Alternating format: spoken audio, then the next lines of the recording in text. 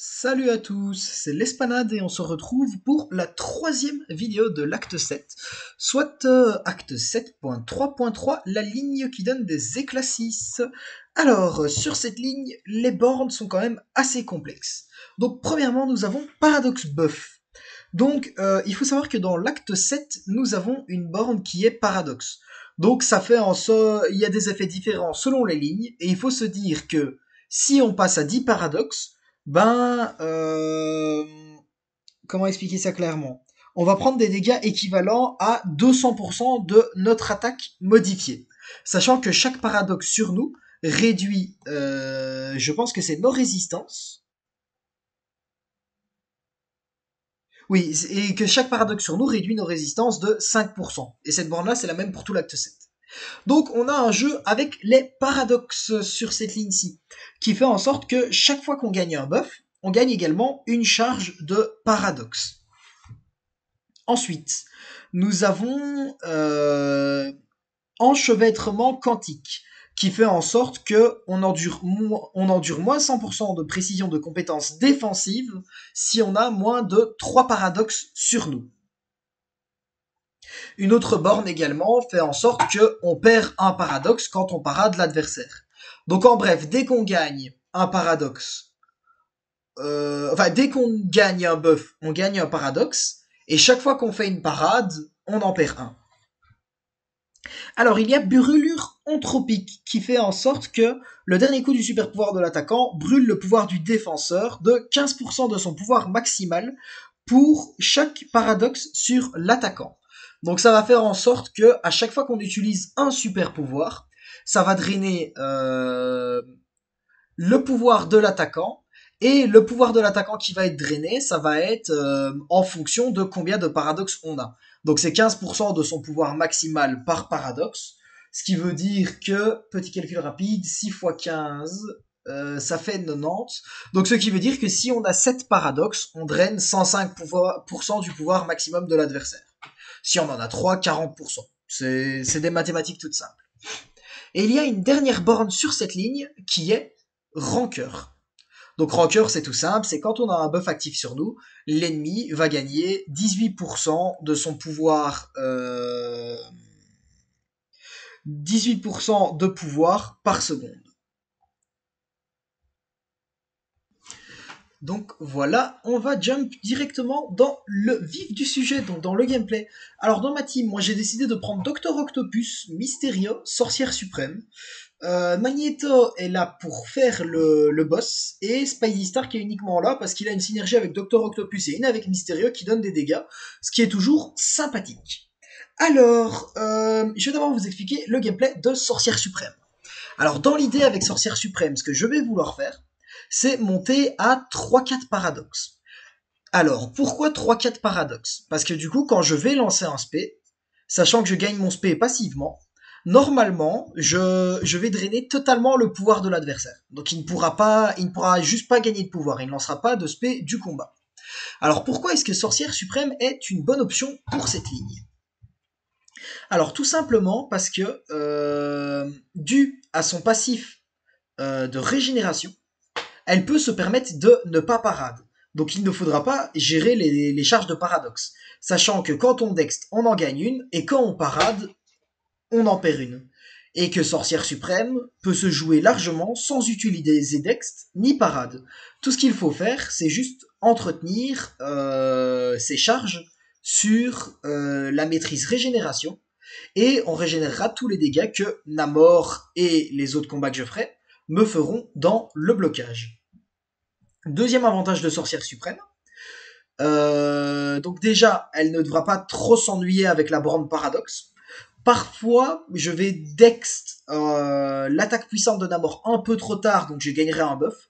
Mais ce n'est pas grave, à ce moment-là, je referai une petite parade au lieu de rester dans le blocage. Et ça se passe plutôt bien.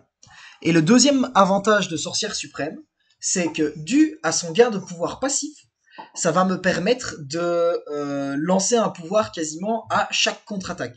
Donc si vous remarquez bien, Namor, il me frappe en garde, et étant donné que mes spés sont assez longs et que en plus de ça, il faut rajouter tout le temps que Namor me tape en garde, et bah après, je mets 5 attaques sur Namor, et j'ai le temps, enfin j'ai gagné assez de pouvoir que pour relancer un spé. Donc voilà, Sorcière Suprême, c'est vraiment un super choix pour cette ligne, franchement. Et très honnêtement, je n'ai pas fait toute la ligne avec Sorcière Suprême, mais elle peut vous faire toute la ligne. Le tout, c'est juste de bien jouer ses spé pour tout le temps avoir des stacks dans la maîtrise de régénération, car celle-ci est très importante pour Sorcière Suprême.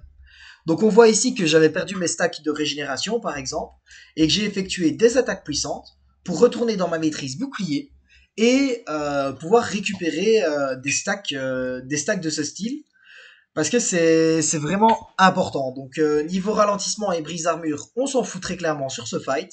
Mais les régénérations, faut vraiment vous focus là-dessus et ne pas hésiter à parfois économiser un peu votre spé et lancer un spé 2 pour gagner 3 charges au lieu de 2 dans maîtrise régénération.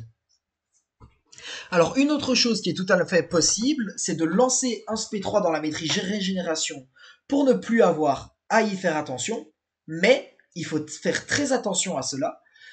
Sur certains combats, ça peut être dangereux. Donc là, normalement, je vais reprendre Mangog avec Sorcière Suprême, si je ne me trompe pas. Ah non, je pars sur Mangog avec Mysterio. Alors ensuite, on a une deuxième catégorie de contre à cette ligne. C'est le problème, c'est qu'on ne va pas pouvoir parade, sauf si on a 3 paradoxes, mais du coup, il va falloir se prendre la tête à gérer entre les decks, pas les decks, pour rester à 3 paradoxes, mais pas trop monter, sachant que si on en gagne 10, bah, on meurt, tout simplement. Et que si on descend en dessous de 3, on ne peut plus parade. Ici, comme vous le voyez, Mysterio, je n'ai pas 3 paradoxes, mais pourtant, je peux parade mon adversaire. Alors pourquoi? Tout simplement parce que Mysterio est immunisé à la diminution de précision de compétences, comme Archangel aussi. Donc c'est les deux champions que j'ai en tête, Mysterio et Archangel. Il y en a peut-être d'autres, mais en tout cas ces deux personnages. J'ai encore enlevé mon casque. En tout cas ces deux personnages. Excusez-moi pour la petite voix en double. Voilà, normalement c'est coupé. Ces deux personnages sont de très bonnes options sur la ligne car ils pourront parade vu qu'ils sont immunisés à la réduction de précision de compétences. Par contre, pour Mysterio et Archangel, ils ne pourront pas faire tous les combats de la ligne. Donc il vous faudra également d'autres options avec ceux-ci. Ils pourront vous en faire certains, donc le Namor, ils ne pourront pas, parce que Namor renvoie les dégâts, et que ce soit Mysterio ou Archangel, ils mettent des dégâts de poison. Enfin, des dégâts sur la durée, donc Namor vous renverra les dégâts dans votre garde. Le Magog peut tout à fait se faire avec Mysterio ou Archangel. Le Hood, qu'on verra plus loin, peut également se faire avec Mysterio et Archangel. Et le Dragonman aussi. Donc voilà, là on arrive sur un gameplay assez basique. Donc je fais le gameplay de Mysterio. J'alterne, parfois je fais SP2 juste pour gérer le pouvoir et pouvoir jouer tranquillement. Et sinon ici j'ai fait SP3 pour pouvoir mettre des gros dégâts à l'adversaire pour essayer que le gameplay aille un peu plus vite. Il ne faut pas hésiter juste avant de lancer un SP à mettre une petite dex pour essayer de gagner deux trois paradoxes, histoire que si par exemple vous lancez votre SP2, qu'en plus du drain de pouvoir que le SP2 applique, qu'on ait aussi un petit drain de pouvoir qui est appliqué par le paradoxe, c'est toujours ça de prix. Alors, je vais continuer, je vous laisse sur la fin du gameplay de Mysterio sur Mangog et on va parler d'autres potentiels contres à cette ligne. Alors, d'autres contres à cette ligne sont des champions qui peuvent jouer sans nécessairement Dext et nécessairement Parade assez facilement.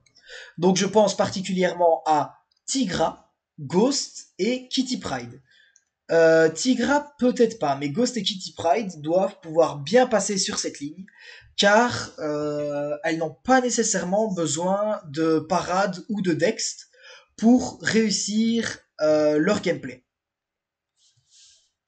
Alors voilà, là on arrive à la fin du fight de Mangog. Donc Tigra et Ghost aussi des bonnes options. Mysterio et Archangel sont des très... Tigra et Ghost, moi non. Kitty Pryde et Ghost de bonnes options pour cette ligne. Mysterio et Archangel aussi. Sorcière Suprême peut très bien passer cette ligne également. Et là, on va arriver sur encore une autre option qui est Docteur Octopus. Donc normalement, je prends Docteur Octopus sur Havok. Sachant que Sorcière Suprême peut également passer ce Havok, mais par contre, Mysterio ne peut pas.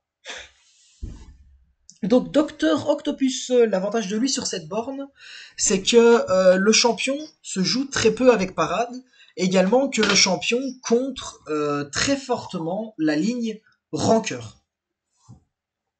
Alors, on pourra remarquer que dans cette ligne, on va avoir deux personnages qui sont Dragonman et Mangog, qui ont tous les deux des gros gains de pouvoir, et avoir un perso avec de la gestion de pouvoir pour ceux-ci est toujours intéressant.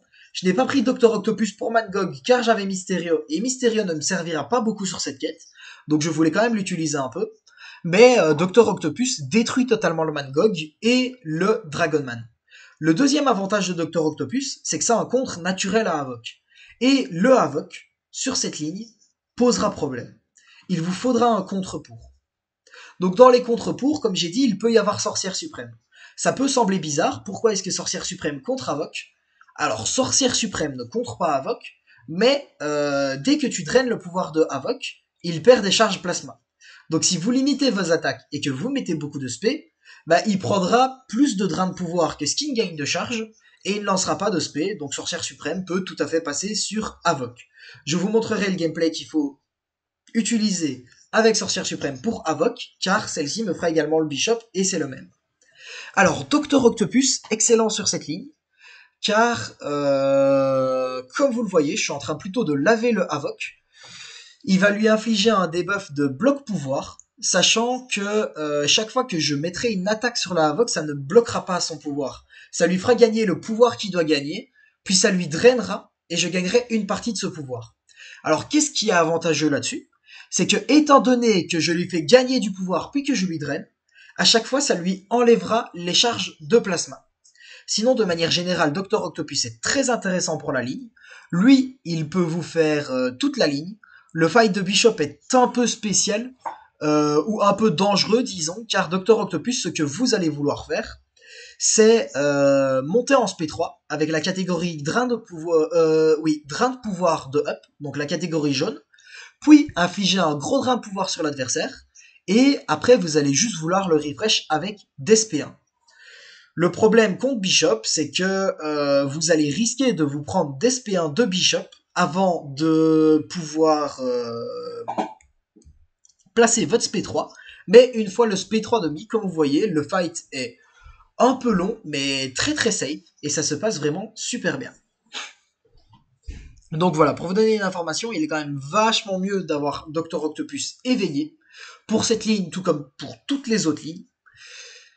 Et le mien est éveillé à 20 pour l'instant. Donc sur cette ligne-ci, il est éveillé à 20. Et après les performances qu'il m'a fait sur cette ligne-ci, j'ai décidé de lui mettre mes pierres tech. Donc maintenant, il est à 80. Mais en tout cas, sur cette ligne-là, il est éveillé que à 20. Donc voilà, on a pu voir que Dr Octopus a vraiment très bien passé le Havok. Et là, on va arriver sur le fight de The Hood. Et je ne me rappelle... Non, finalement, on fera ça à la fin de la quête. Donc là, on a fight Namor. Namor est plutôt facile. Il faut juste faire attention à une chose, qu'il ne faut pas lui infliger de debuffs ou autres qui font des dégâts, car Namor, sinon, vous renverra les dégâts dans votre garde quand il vous frappera. Ensuite, on a Mangog. Mangog qui a du gain de pouvoir passif, donc un perso qui empêche le gain de pouvoir passif, tel que Void ou Mister Fantastic, peut être utile sur ce fight. Ensuite, on a eu Havok. Havok qui est un combat où il nous faut soit des drains de pouvoir vraiment très très très très réguliers, ou avoir un buff d'armure renforcé. Sachant que les drains de pouvoir très très réguliers sont plus prisés pour ce Havok-ci, car étant donné que il y a rancœur plus plein d'autres bornes de gain de pouvoir passif, il risque de gagner trop rapidement du pouvoir. Ensuite, ici, on va encore continuer. Il y a The Hood. Pour The Hood, il faut lui faire spam SP1. Sachant que, là je suis en train de vous expliquer, mais cette ligne-ci a des bornes plutôt spéciales, et chaque combat sur ces bornes sont eux-mêmes spéciaux. Donc c'est ça, c'est franchement pas une ligne facile, c'est actuellement la ligne la plus compliquée que j'ai fait de l'acte 7. Sachant que j'ai actuellement un passage sur celui-ci. Donc voilà, The Hood, on va vouloir lui faire spam SP1, mais étant donné que celui-ci a rancœur, ça peut très vite devenir compliqué avec un personnage qui n'a pas de la gestion de pouvoir. Donc on va de préférence vouloir de la gestion de pouvoir contre ce The Hood pour éviter qu'il ne lance son SP2 qui peut très vite devenir dérangeant. Donc là voilà encore une fois, c'est une fight avec Sorcière Suprême. On reste sur le même principe. Donc ce qu'on veut, c'est avoir notre rune de régénération active en permanence. Et puis après, juste lui lancer des spés. Et vous pouvez voir sur The Hood, comme sur Namor, l'adversaire ne touche pas une seule barre de pouvoir. Donc on arrive tranquillement sur la fin.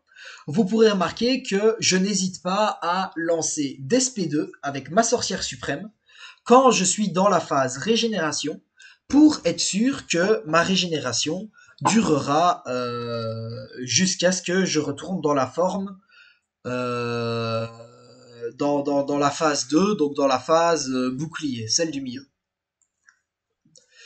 Donc voilà, vous pouvez voir franchement les fights avec sorcière suprême, aucune difficulté, sont vraiment super faciles sur cette ligne.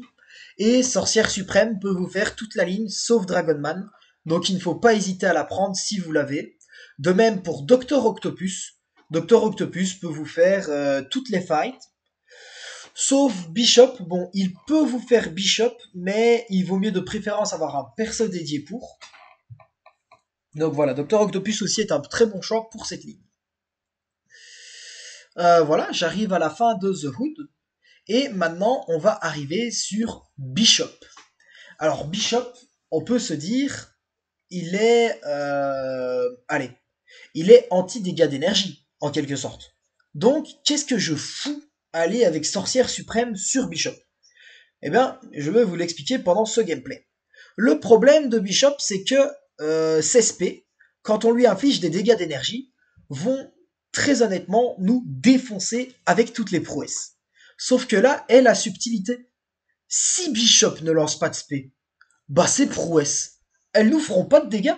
Bah oui. Ha. Malin l'artiste. Hein. Eh ben, comme vous aurez pu voir sur Namor et sur The Hood, bah les adversaires ils en lancent pas de spé. Ils peuvent pas. Je leur gère trop bien leur pouvoir. Donc ici, bah, Sorcière Suprême est une très bonne option pour Bishop. Car, bah, regardez, là il a son spé, il est content, bah il a plus. Ah ouais, il est où le spé de Bishop? Bah il est plus là. Et c'est pour ça que Sorcière Suprême est une très bonne option contre lui. Alors ici, on va voir quand même que je suis à 8 charges de paradoxe, car j'ai mis trop de dextérité, donc il va absolument falloir que je parie dans pas très très longtemps, sinon je risque d'assez vite me prendre les dégâts, de perdre mes charges et de perdre le combat. Donc il faut absolument pas perdre les charges, parce que certes, ça vous fait des petits dégâts, on peut le régénérer avec Sorcière Suprême, ce n'est pas trop gênant, mais le problème c'est que ça nous enlève toute notre gestion de pouvoir, et ça on ne veut absolument pas. Alors pour terminer, Bishop, quand il a trop de prouesses, ah bah il va gagner des buffs de régénération, qui peuvent très vite nous ennuyer. Mais, étant donné que je joue Sorcière Suprême, je vais lui purger ses buffs d'incinération et de régénération, et ça va me donner du pouvoir qui va me permettre de lui lancer encore plus de spé. Donc voilà, là on arrive dans le combat. Je suis déjà à 64 coups contre Bishop, et il n'a toujours pas lancé un seul spé. Ce qui fait de Sorcière Suprême une option vraiment très très forte pour ce combat. Donc voilà, après si vous n'avez pas Sorcière Suprême, comme je vous ai dit, Sorcière Suprême en 5R5 peut clairement passer toute la ligne. Car comme vous voyez, les combats sont juste longs, mais sont vraiment faciles.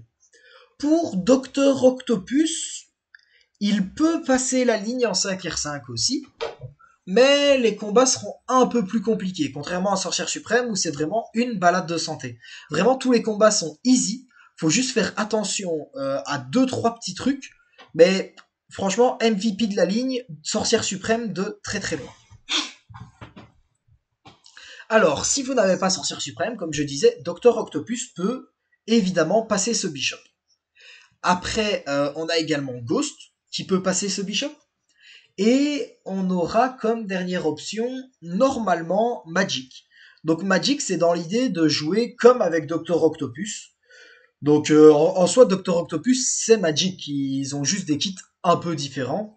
Donc tout simplement, bah, vous gérez le pouvoir de l'adversaire avec plein de SP2 et vous faites en sorte qu'il ne touche pas une seule barre de pouvoir. à part ça, là, on va voir, comme je vous ai dit, sur le Bishop, il gagne des buffs de régénération, qui lui ont vraiment pas régénéré beaucoup d'HP. Et quand ils ont expiré, ça m'a donné plein de pouvoirs, ce qui me permet après de lancer un spé qui fait mal et qui me donne des effets. Donc voilà, à part ça, les comptes sur cette ligne, comme dit, Kitty Pryde Ghost, car elles peuvent jouer facilement en interception, mais sans utiliser dextérité. Sorcière suprême, pour le gameplay que je suis en train de vous montrer. Docteur Octopus et Magic. Bon, vous avez vu le gameplay de Docteur Octopus. Magic, c'est la même idée. Vous empêchez l'ennemi de toucher son pouvoir, donc ça passe plutôt bien. Et comme dernière option pour la ligne, nous avons Docteur Octopus, Mysterio, pas Docteur Octopus, et Archangel, qui, eux, sont immus réduction de précision de compétences, donc qui pourront parade sans charge de paradoxe. Alors, si vous avez aucun de ces contres, ce qui fait quand même beaucoup, il y a quand même eu beaucoup de contres proposés, à ce moment-là, bah, franchement, la ligne va devenir directement beaucoup plus complexe. Mais elle reste faisable. Donc, dans l'idée, il faut que je revérifie rapidement quelque chose. Je suis sur mon jeu. C'est chaque fois que l'attaquant gagne un buff, qu'on gagne une charge de paradoxe. Donc je vous dis que Ghost passe bien sur la ligne, il faudra faire attention à parade certaines fois pour ne pas monter trop haut en charge de paradoxe. Donc comme je disais, ah oui voilà, là ici j'ai décidé d'essayer de lancer un SP3, vu que j'arrivais au dernier fight de Sorcière Suprême, et vous allez pouvoir voir que ça s'est vraiment très mal passé, alors que quand je faisais SP1 et SP2 pour essayer de garder ma fonction régénération active, ça se passait très bien. Donc je vous déconseille de SP3 sur cette quête. Utilisez vos SP1, SP2, c'est vraiment beaucoup mieux. Donc voilà, comme je disais, Ghost passe sur cette ligne, faudra juste faire attention à quand vous gagnez des buffs, à parfois parade pour ne pas monter trop haut en charge de paradoxe. Quoique, avec The Hood, vous pouvez quand même gagner 9 charges de paradoxe, ça ne devrait pas trop gêner. Donc à part ça, si vous avez aucun des persos proposés, il va falloir jouer cette ligne. Donc de la gestion de pouvoir passif peut être intéressante, style Void, Mister Fantastic, Spider-Man 2099, ou de la gestion de pouvoir tout court, donc Doom également, peuvent être bien sur cette ligne. Car, étant donné que l'ennemi a rancœur et qu'en plus sur cette ligne on a quelques personnes qui gagnent du pouvoir passivement, donc Dragonman et Mangog, et bien ça va vous permettre de ne pas vous faire dépasser par l'esprit de l'adversaire. Et à part ça, il va falloir gérer vos charges de paradoxe, sachant que chaque fois que vous gagnez un buff, vous en gagnez une, et que chaque fois que vous faites une parade, vous en perdez une. Puis, à part ça, bah, si vous avez aucun des persos proposés, très honnêtement, la ligne va commencer à devenir assez compliquée, mais elle reste faisable. Il faudra juste faire attention à gérer vos charges de paradoxe, sachant du coup que vous ne pourrez pas parade l'adversaire. Enfin, si vous pourrez parade l'adversaire, mais si vous avez moins de 3 charges, vous ne pourrez pas. Donc ce sera un peu spécial, ça restera faisable, mais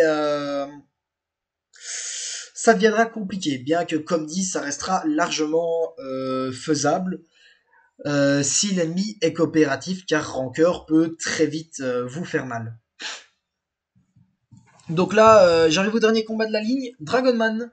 C'est le seul combat que Sorcière Suprême ne peut pas prendre. Pourquoi ? Je ne sais pas si c'est dans le kit de Dragonman ou si c'est un easter egg, je n'ai pas trop lu là-dessus.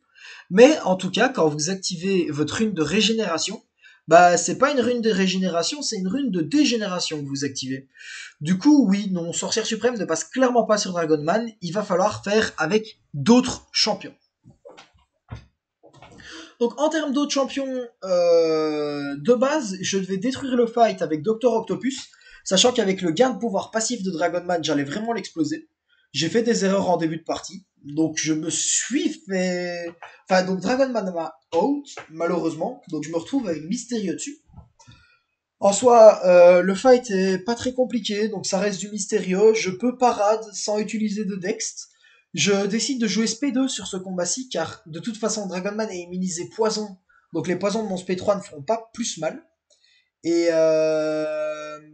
ça me permet de gérer son pouvoir pour ne pas qu'il en gagne trop. Alors malgré ça, même avec Mysterio, je refais encore une erreur. Donc mon Mysterio va mourir. Et là, je vais me retrouver avec uniquement Magneto, Spidey Stark et Sorcière Suprême en vie. Donc là, ça va bien vous montrer un gameplay. Je décide de prendre Spidey Stark qui de base est juste une synergie d'attaque hein, dans cette quête, très clairement. Mais du coup, je vais y aller avec Spidey Stark. Ça va vous permettre de bien voir quand vous n'avez pas les persos que je vous ai conseillés, comment jouer avec un autre perso sur ce gameplay. Donc l'objectif, ça va être de monter en charge de Paradox, et puis après de lancer des spé. Donc là, voilà, je monte tranquillement en charge de Paradox.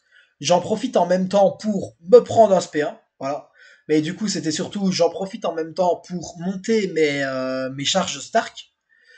Et je vais bientôt lancer un SP1, normalement, si je ne me trompe pas. Voilà, là je vais lancer mon SP1.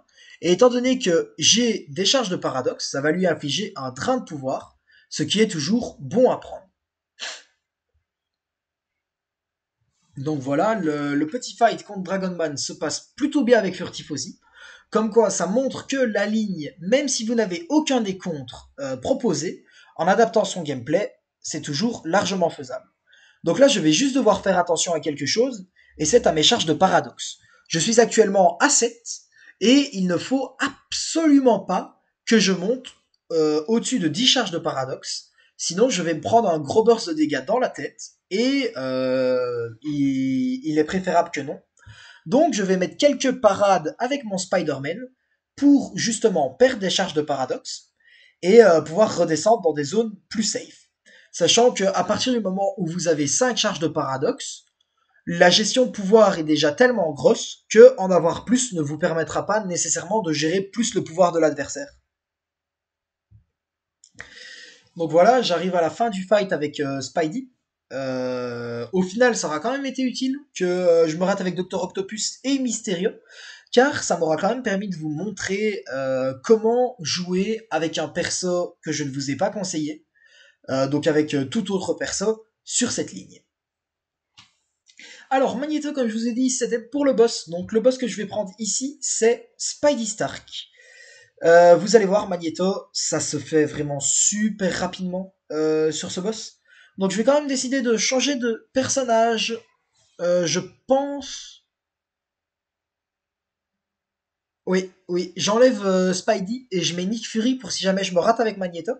Mais honnêtement, c'est parce que je n'avais jamais fait le fight. Mais Magneto sur Spidey, vous allez très rapidement voir que c'est clairement un no match. Donc attendez, je vais mettre une petite pause pour vous expliquer les bords. Donc voilà, là on est sur Stealth Spidey. Donc Stealth Spidey a Agression Fury, qui fait en sorte que chaque 2 secondes, il gagne une Fury. Il a Mix Master ou Maître des mixtures, ce qui fait en sorte que quand on effectue 2 fois la même attaque de base de suite, l'adversaire va s'évader. On a Être comme sur l'eau. Donc chaque fois que le défenseur encaisse un debuff qui n'inflige pas de dégâts, il va gagner un buff d'imbloquable pendant 8 secondes. On a Attaque lourde, qui fait en sorte que les attaques puissantes sont irrésistibles et affligent 500% de dégâts supplémentaires. Et on a Coup direct, qui permet aux attaques de Spidey d'ignorer l'armure, les résistances, l'esquive et le blocage auto. Alors Magneto passe vraiment très très bien sur cette borne, car dû à être sur l'eau, l'idée en fait c'est de parade Stark et de lui mettre une attaque puissante pour maximiser ses dégâts. Malheureusement, être comme l'eau va le rendre imbloquable si on parade, car on lui a infligé un debuff qui n'inflige pas de dégâts. Mais étant donné qu'on part sur le fight avec Magneto, on a 70% de chance que quand on va parade l'adversaire, que ça n'applique pas le buff d'imbloquable sur celui-ci. Alors, on va avoir une autre chose qui peut beaucoup aider sur Stark Spidey, c'est une pré-fight de Magneto Blanc.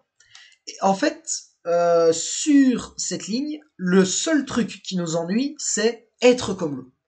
Car du coup, ce qu'on va vouloir faire, c'est juste parade l'adversaire, attaque puissante, parade attaque puissante, et avec attaque lourde, nos attaques puissantes font 500% de dégâts en plus, donc Spidey va très très vite mourir.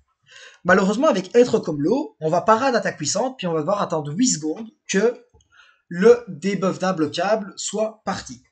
Mais avec Magnéto Blanc, étant donné que notre étourdissement, si le personnage qu'on utilise est soit métal, soit héros, passera en passif, ça va désactiver la borne être comme l'eau avec la parade. Donc si vous infligez brise armure, provocation ou autre, ça activera la borne, mais ça ne l'activera pas sur la parade, ce qui vous permettra de jouer le fight très calmement en faisant juste pari heavy. Donc, sinon, en contre de troisième compte de Stark Spidey, si vous n'avez pas Magneto et que vous n'avez pas de quoi mettre une pré-fight de Magneto blanc, ce sera tout simplement un champion qui met soit ralentissement, soit qui empêche les évasions adverses. Donc, sachant que c'est un Spidey, donc Venom Pool, Bouffon Rouge peuvent marcher dessus. Bouffon Rouge, pas sûr. Je pense qu'il est anti-évasion sur les Spidey, mais je ne suis plus si sûr que ça. Sinon, tous les ralentissements, donc Sorcière Suprême, Furtif, Miss Hulk, etc. Tous les anti-évasions, donc tout ce qui est coup direct, donc Killmonger, tout ce qui va être anti-évasion, donc Nick Fury, Homtaupe, etc. Voilà. Ça, c'est la troisième option pour ce fight qui passera très très bien. Donc voilà, on va passer sur le fight avec Magneto. Donc voilà. Sorry, en fait, quand je fais une petite pause, c'est plus genre un changement tactique. Donc là, je devais changer de petite vidéo. Donc du coup, je devais cut l'audio que je recorde en off, pour reprendre l'audio avec la bonne vidéo. Donc voilà, là on arrive tranquillement avec Magneto. Vous verrez que mon Magneto est que 5R5 et pourtant il aura détruit le fight. Et je suis persuadé qu'un 5R4 détruira également le fight si vous avez. Donc si vous avez un 6R3, autant vous dire qu'il n'y aura même pas de match. Donc voilà, tout simplement, on aura pu voir que sur ma première parade, la borne imbloquable s'est activée. Comme je vous ai dit, cette borne imbloquable, on aura 30% de chance sur chacune de nos parades, comme ici, qu'elle se déploie, et 70% de chance qu'elle ne se déploie pas, car Magneto réduit la précision de compétence des métaux adverses de 70%. Donc voilà, là on aura vu que rien qu'avec les attaques puissantes, je les donne à 64% d'HP. Je vais lancer le SP3, qui va très clairement finir le fight, donc voilà. C'est déjà la fin de cette vidéo, en espérant qu'elle vous aurait été utile. N'hésitez pas à vous abonner et à lâcher un like si vous avez aimé cette vidéo. Et on se retrouve demain pour une vidéo sur le 7.3.4, la ligne éclat 6 étoiles.